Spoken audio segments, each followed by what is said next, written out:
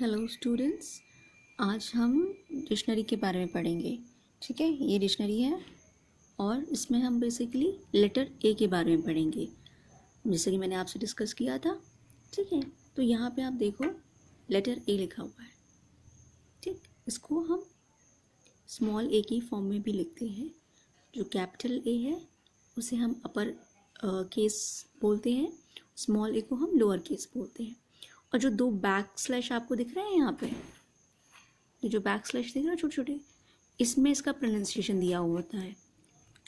उसके बाद ये आप स्मॉल एन जो देख रहे हो, स्मॉल एन का मतलब होता है नाउन, पीएल मतलब होता है प्लूरल। तो अगर इसका प्लूरल है तो इसको एज या स्मॉल एज बोलेंगे हम लोग। ठीक है, अब इसकी पहली डेफिनेशन, पहली मीनिंग क्या है। ये इंग्लिश अल्फ़ाबेट का पहला लेटर है। एन बिगिंस विद ए, जैसे कि हमारे जो ए ई आई ओ यू वोवल्स हैं, वोवल के पहले हम एन लगाते हैं। उस एन में जो पहला लेटर है वो ए होता है। सेकंड है, ये म्यूज़िक का 6th नोट है। ठीक है, म्यूज़िक में आप देखते होंगे कुछ ड्राइंग्स बनी रहती हैं, वो बेसिकली उसका 6th नोट है। थर्ड डेफिनेशन ये है कि अगर आपका कोई भी एकेडमिक ग्रेड है या मार्क है, उसमें सबसे हाईएस्ट ए को कंसीडर किया जाता है। जैसे कि ना ए ग्रेड को सबसे ज़्यादा इंपॉर्टेंस दी जाती है। ए ग्रेड लगभग 90% के ही अप्रॉक्स माना जाता है। ठीक है, A grade, B grade, C grade, तो A grade is the best.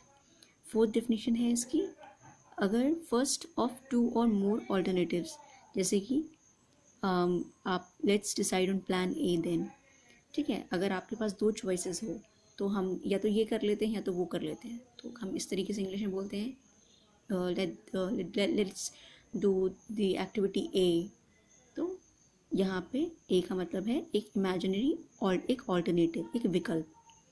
Fifth definition का मतलब है इमेजिनरी सिचुएशन और टू कंसील हर और हिज आइडेंटिटी।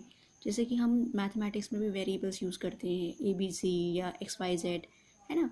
वैसे यहाँ पे क्या करते हैं हम, जैसे किसी पर्सन का हम नाम नहीं लेना चाहते पब्लिक प्लेसेस में भी, ठीक है, तो हम ए को यूज़ करते हैं। किसी शहर का नाम नहीं लेना चाहते तो हम ए को यूज़ करते हैं।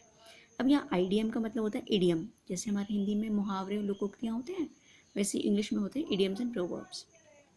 तो अब इस ए से हमारे क्या क्या मुहावरे बन सकते हैं। एक है फ्रॉम ए टू बी, ये आप डे टू डे इंग्लिश में आप सुनते होंगे। तो ए टू बी मतलब एक जगह से दूसरी जगह, from one place to another. और जो इटैलिक्स में दिया जाता है, ये जो इटैलिक्स में लाइन लिखी होती है वो एग्जाम्पल होता है। I don't care what a car looks like as long as it gets me from A to B.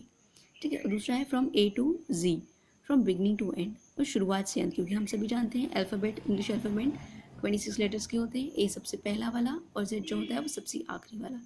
तो ए टू जेड मतलब शुरू से आखिरी वाला, कंप्लीटली और thoroughly known a subject from A to Z. ठीक है, ये अभी ए का हमने नाउन पोर्शन पढ़ा है। ठीक है, नाउन।